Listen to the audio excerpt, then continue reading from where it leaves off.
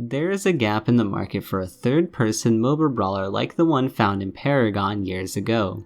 Since the only thing around right now is Smite, and I mean, yeah, Smite's okay, but you might as well just play League or Dota 2 because it really does just feel like League, but over the shoulder and a little less polished. Anyway, I'm not here to discuss that today, although that statement probably put me in some hot water with people. I'm here to talk about Crucible, Amazon's first published game, I'm aware of anyway, and Relentless Studios' first game meant to, well, I don't know what the game is trying to do or what its goals are. This game had a very silent launch with barely any marketing leading up to the game. The only reason I played this game is simply because I had just remembered one time seeing an ad for it, and the advertisers made the game look similar to something like Anthem PvP, stole that one from SkillUp by the way. That may have been a sign of what should have been expected, especially considering this is the first game from Amazon Games publisher studio thingy. But I was interested and installed the 13.5 gigabytes needed. This game is fully released, so I'm not going to add caveats and say that this game is unfinished or work in progress because Amazon thought this game was ready for the prime time and will therefore be criticized as a final product. That isn't to say the developers can't improve and change things, just rather for the purposes of criticism, I'm treating this as the final product. But I do hope the developers continue and change the game. Hell, maybe if the game improves and changes drastically within a year, I may make a review of it. I don't know, title something like The Ashes of the Phoenix or some dumb shit like that, I don't know. I'm also exclusively reviewing the Heart of the Hive game mode, as I was given the impression that this was the main game mode, and quite frankly, the arcade game mode crashed whenever I tried to play it, and had zero interest in the Battle Royale game mode, as really there's enough of those as is. I also didn't want to play the game any longer than I had to. Fair warning, there's gonna be quite a few comparisons to Paragon, League of Legends, and Overwatch, as it makes a good point of reference for me, as I played a lot of both of those games, and it may give some of you a better idea of how the game feels, as well as other games on the market that could be seen as competitors. Although this game is pretty unique, So how was Relentless Studios' first outing? Well, if the lines before didn't give enough of a hint, it's a confusing, unpolished game that doesn't know what it wants to be and suffers greatly because of it.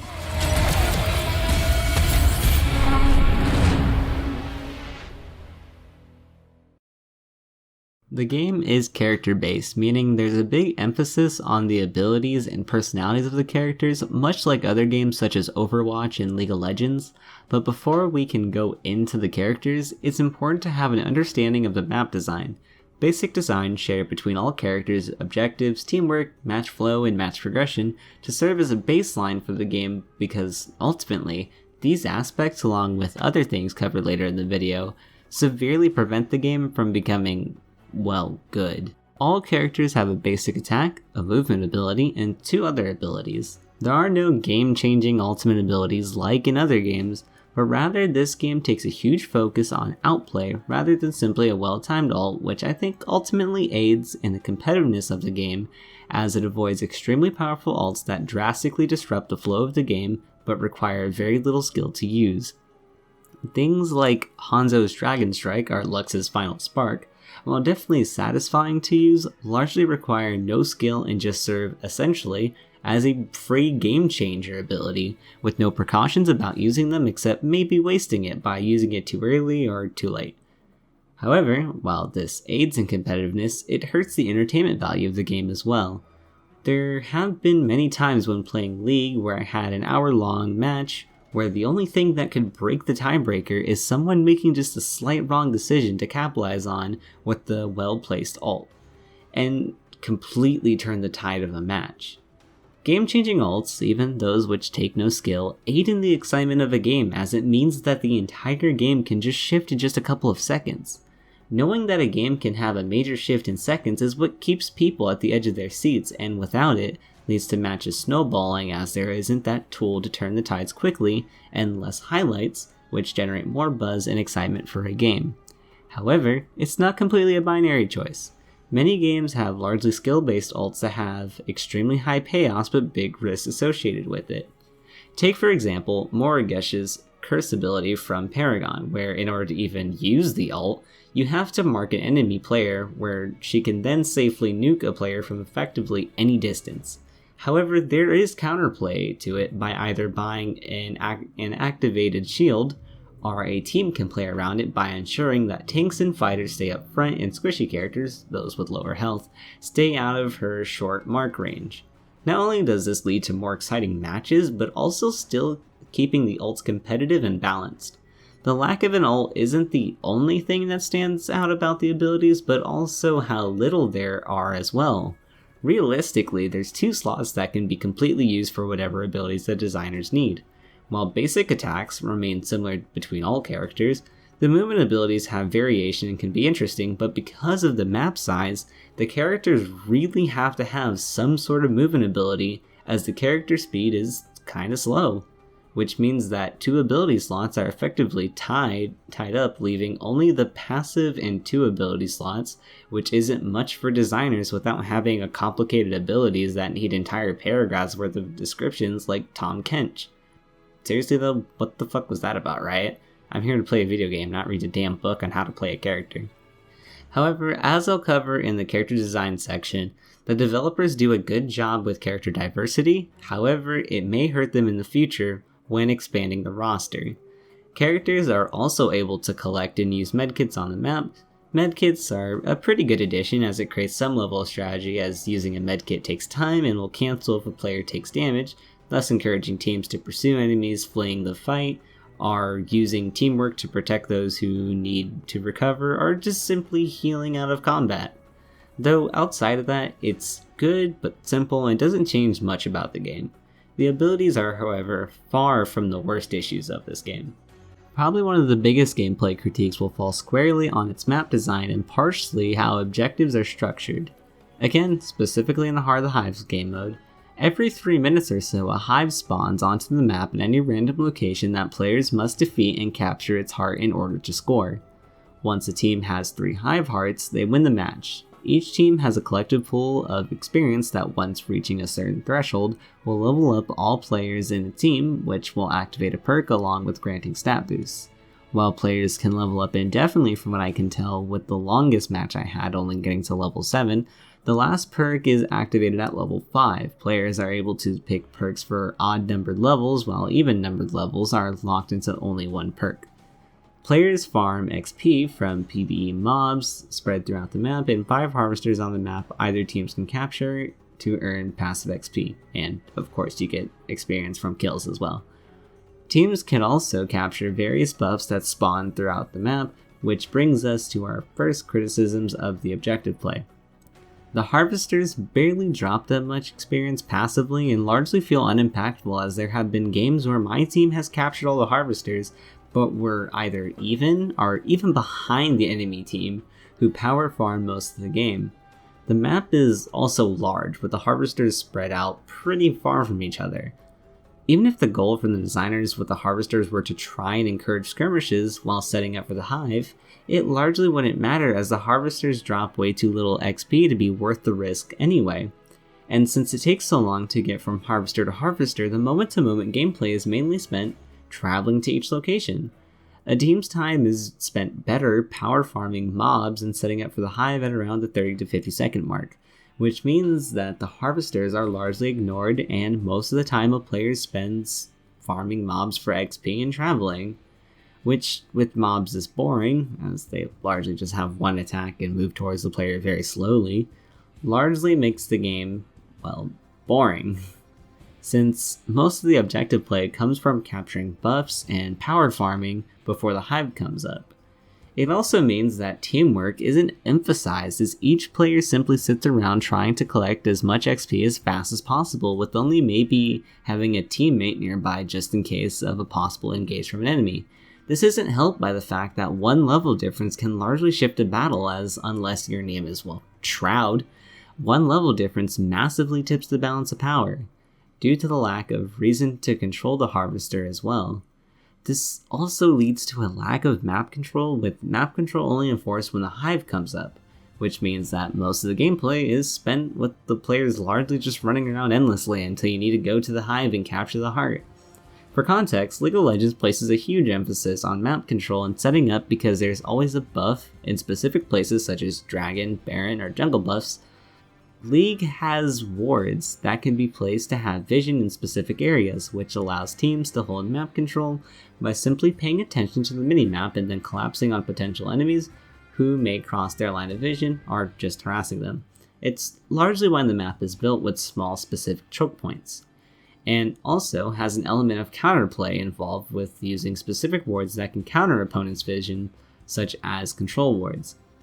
With teams using vision and placement to help enforce map control, the gameplay is always action-orientated, as players constantly have something to do outside of just farming, such as pushing out lanes that won't be quickly reacted to after finishing Baron or Dragon, forcing opponents to the north while setting up boards and people on the south side of the map to have a safe Baron take or quickly disperse if need be, or even to deny junglers from stealing valuable farm and buffs, or even using vision to discover where the enemy jungler is, so a person can invade and take his farm. But due to the lack of map control, all of these strategies that would aid in making Crucible more interesting are gone, as there is no utility to enforce control of the map other than the players themselves, which is counterproductive, as if you stay in one area, then you quickly farm it out with no gain in XP. Even if players could enforce map control, however, there's largely nothing to enforce but the hive when it comes up. There is an ability all characters have that allows them to see nearby objectives and enemies. However, I rarely, if ever, found a use for it other than checking for enemies near objectives, as there is nothing that prompts a reason to use it other than for that reason. The map is also extremely vertical, which doesn't sound like much of an issue at first, and even could be interesting as you set up fights and ambushes where you spring a trap above the enemy and maybe even trapping them while the enemy scrambles to get up a fortified hill, essentially. Except there isn't many abilities to take advantage of that, and no long-term way to keep yourself stealthy other than a Jonah's massive jammer, which is pretty obvious to spot, considering it's a giant colorful dome, but I could see interesting vertical play from it. This, combined with other issues later discussed in the video, ultimately turns what could be an interesting map and gameplay design into largely being boring and sometimes frantic, and not in the good way, instead of the calculated and fun strategy like Paragon and League of Legends. This, however, is exacerbated by the lack of communication within the game. This game lacks effective communication at all between players. There is no text chat, no voice chat, and while there is a ping system within the game, it largely is very rudimentary and non-contextual, and doesn't make a sound, only just displaying information in the kill feed, which for me went largely unnoticed. Nowhere near the great contextual ping system of Apex Legends. Even League's pretty simple ping system is much better at conveying information and strategies quickly than this game is. This means within matchmaking, it is almost impossible to come together and work as a team. Even simple strategies will largely fall flat as no one understands what needs to be done or what is happening. Since enemies don't show up on the map or have any warning when spotted, there were many times where teammates died and I had zero clue where it was in the enemy's status leading to the game, most of the time being confusing and frustrating for no apparent or good reason. I genuinely don't understand why the developers decided to do this. While there is an LFG using Discord, I don't very much see why the game itself couldn't feature a rudimentary voice chat feature. Nothing complicated, but would have greatly improved communication, and considering it's voluntary with the opportunity to easily mute and report toxic behavior, it would have been at least a decent solution until a contextual ping system could be used for those more shy or afraid of harassment over voice chat if that is the reason they decided to not include it. Characters themselves are visually interesting, but kind of one-dimensional, and when it comes to voice acting, fire puns are all the fun.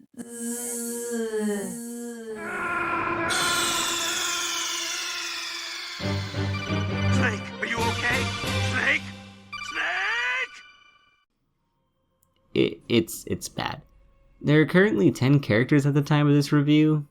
The character designs are pretty bland, but not in the fact that they lack creativity, just more in the sense that they had an idea and they ran with it.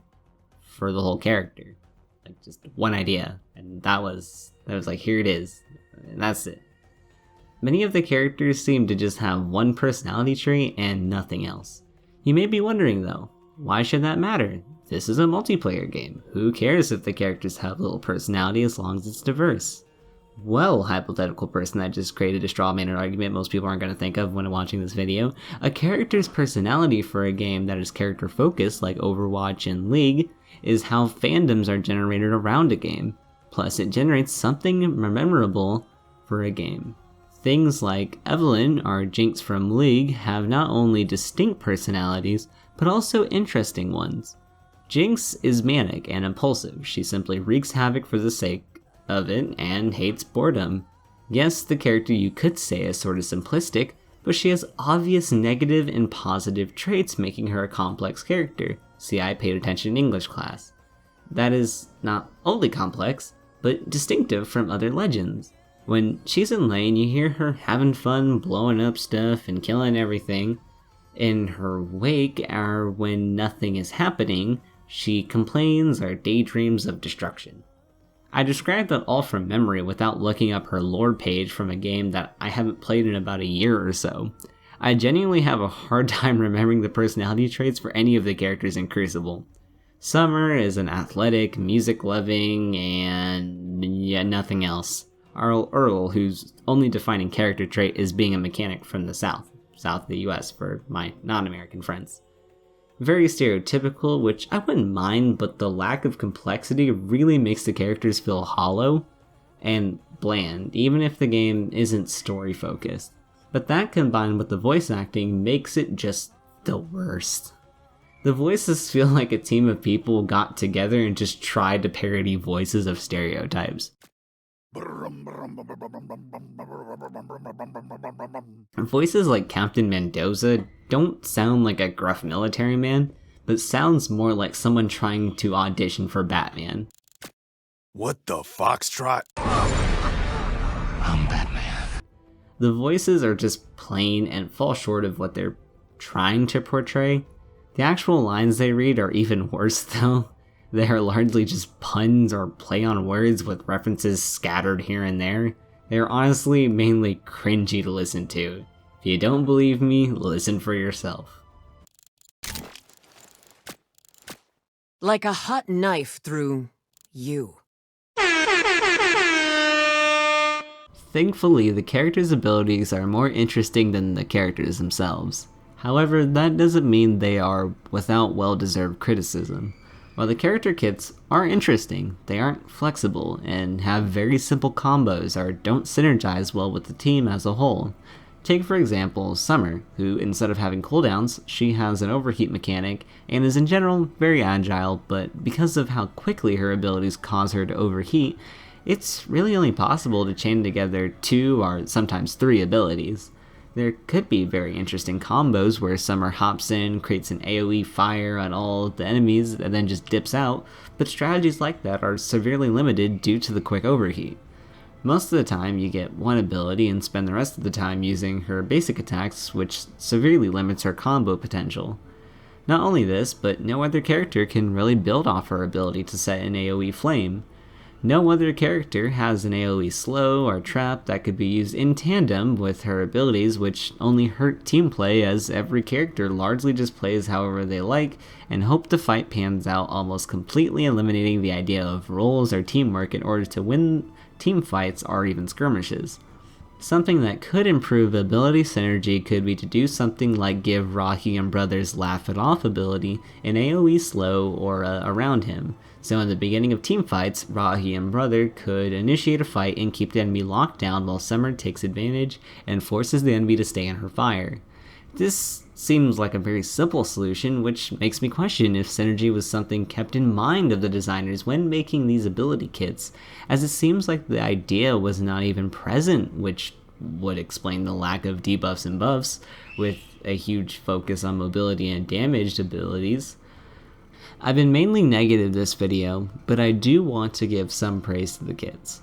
While they do lack synergy, There are definitely extremely interesting kits such as Cezanne, or Cezanne, however you pronounce the name, who has 3 weapons that all need to charge, and it forces the player to constantly swap weapons and forces them to think of strategies on how to cycle those weapons in order to do the maximum amount of damage, get out quickly, or lock down an opponent. While there are creative movesets on display like Cezanne, I always got the feeling while playing each character that they felt very similar to others I've played before in other hero shooters, but that's very much a possibility when more hero shooters come out. It's more of a feeling that I can't quite explain, so I can't really give examples other than something like Captain Mendoza, who largely just plays like Soldier 76 but does have a deployable cover to spice things up. Rewards and progression in this game are pretty similar to other games of its genre.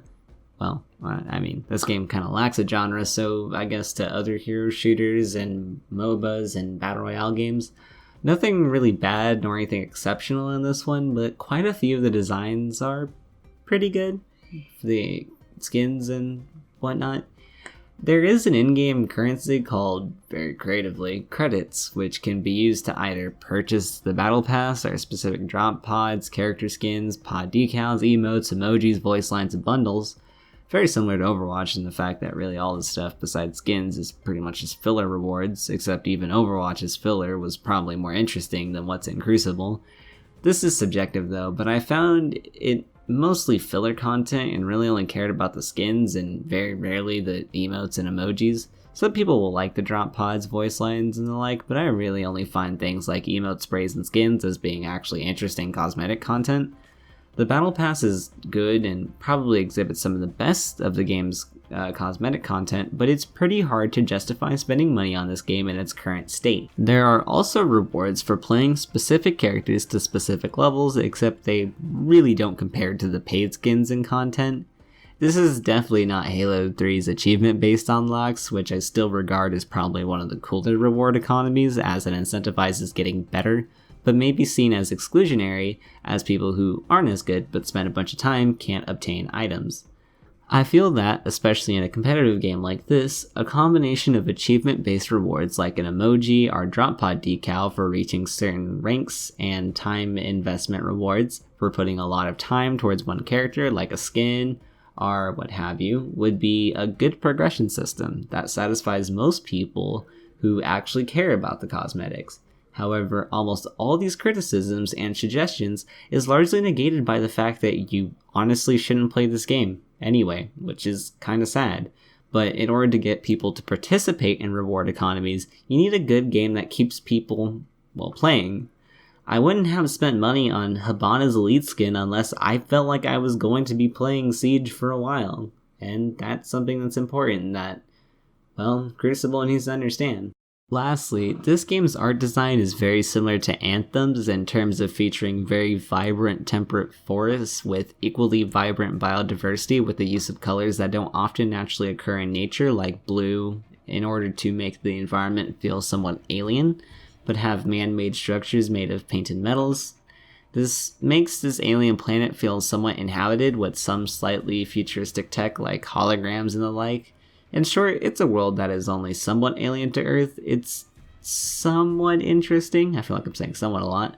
But it feels like it's been done before in not only Anthem, but in other games like Mass Effect Andromeda or other games that feature alien worlds. The environment also lacks detail, and so do the characters when in action. The game definitely doesn't compare to other games in terms of detail, but to be fair, this game isn't Crysis 3, nor is this an experienced AAA developer.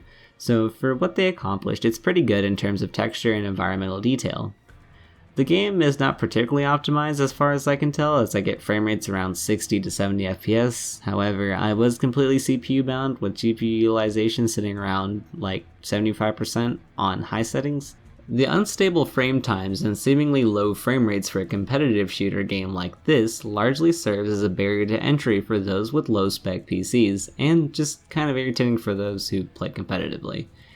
I tested this with everything on low, which dropped utilization by 20%, so maybe not.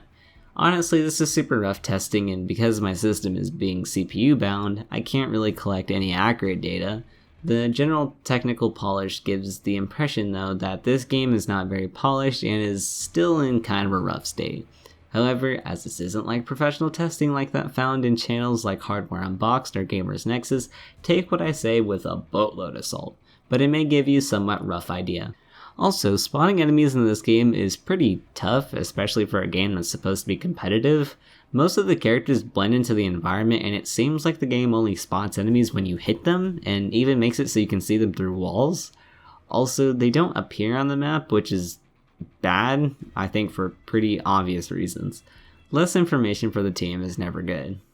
This game is in a rough state, and it'll take more than just a month of things to get fixed. The way this game feels seems largely to do with the engine it's built upon, and core issues like that are not normally solved with just a month back in development, and can take even longer to actually polish. Not only that, but on top of fixing these core hit registration issues, and I guess what you can call game consistency and feel issues, there is a significant need to do redesign on each character's kits, redesigning the map and objectives, and on top of rebalancing this game, which already isn't well balanced, along with refocusing the projects to specifically focus on Heart of the Hive's game mode. I'm not lying when I say that I couldn't play more than like an hour or so of this game before I was annoyed and frustrated with it, which is probably reflected by the amount of time I have in this game. It does seem like the developers are working diligently to try and squash bugs and balance the game, but as I said before, a lot more work is going to need to be done. Which begs the question, why was this game officially released in the state that it is, especially if it's directly published by Amazon? Well, I share the same opinion of Scale Up on this one. The cynic in me thinks that Amazon pushed this out hoping to capitalize on the fact that we're all stuck at home at the moment. They probably dreamed of huge Apex Legends or Valorant-sized launch numbers because they thought that they had a captive audience. The difference was that those games were finished. Like Anthem, Crucible released well before it was ready, and it's paid the price. My strong recommendation is for the dev team to take this game down. While I've largely been negative this entire video and have compared this game to many others, that's because this game pulls from many different game ideas and largely sits in the potential to be a new genre-defining experience. However, that's all the game is doing. Sitting. The reason I played this game was because it was unique, and it wasn't easily quantifiable, which interests me as I always want to try new experiences. But while it draws from many other games, it doesn't learn enough from each game to fully understand why each mechanics are designed the way they are, which largely contributes to this game's lack of identity, and I don't even think the developers knew what this game's identity was either. This borrowing of idea but lack of focus on our goal means this game falls flat and will largely remain buried in Google searches. However, with more time in the oven, and a name change, because Crucible is Destiny, this game could rise from the ashes like a phoenix and define a new genre of its own. Now, if you excuse me, I have to restart my computer to turn Vanguard back on. Alright, you may be thinking, why the hell did this man just make like, I don't know how long this video is, but like 30-40 minute long video. I'm assuming, I have no clue. However long it is you'll know. Why is he making this video? He hasn't published since like the Democratic nominee debates when he was doing the podcast. Well, actually, no, that is false. I actually did Hellblade Senua's Sacrifice. But I'm starting to do YouTube again. I kind of had an itch to go back and do it, mainly because the whole coronavirus thing going on and all that. And also, I've also decided to separate the political stuff and the gameplay and technical stuff into separate channels. So all the game related stuff like game critiques, reviews, and opinions and all that sort of stuff is going to sit here on the main channel, Bloody Roses. But I created a second channel, Communist Doggo. That's kind of an inside joke for someone I know, but I figured it makes a good name. All the political stuff is going to go to the second channel on Communist Doggo. By the time this video comes up, there should be either 1 or 2 videos up right about now, which talks about my sort of, I guess, political journey of like how I became to have the political ideology I do now. are another video talking about either the Black Lives Matter movement or COVID-19, whichever one happens to be. But that content will be largely unscripted, and it's just going to be my opinions. Now, of course, I'm not going to speak totally out my ass. I'm going to have, some notes here and stuff on what to cover, but that's about it. You guys will get my raw, unfiltered opinion. However, I didn't think it really good to keep both, political stuff and game-related stuff in the same channel, as they're very, very different from each other. And some people will have literally no care about what's going on in politics, or some people will have no care what's going on in games, but just want to hear my political opinion. So I felt it better to make a separate channel, one where I can just share my political opinion, and one where I have scripted game content for you guys to watch and enjoy if you like these sort of critique style videos. There'll be another one, which if you couldn't tell by sneak peek, there'll be another one on a game that you might have heard of lately. But with that, that's about everything I have to cover. You guys will be seeing more activity from me from now on. I won't be streaming, though, just largely because of living situation, noise complaints, stuff like that. It's kind of hard to do streaming when, you have a family that has to do their own little thing. But if you guys want to see me stream more, then you can definitely tell me if you want to. I'll see if I can set it up and maybe do some modifications in my room to try and, keep noise down. But noise complaints are kind of an issue, so that's why I stopped doing it. I'll probably be more active on Twitter now that I've started this whole, social media thing again. But other than that, that's all I have for you guys today. Make sure to check the secondary channel if you're interested in the political stuff. I'm Bloody Roses, signing off. That's a very old intro. I'm very sorry. Outro. Intro. Outro. Jesus, I can't speak. Whatever. English is hard. That's why I learned other languages. Bye.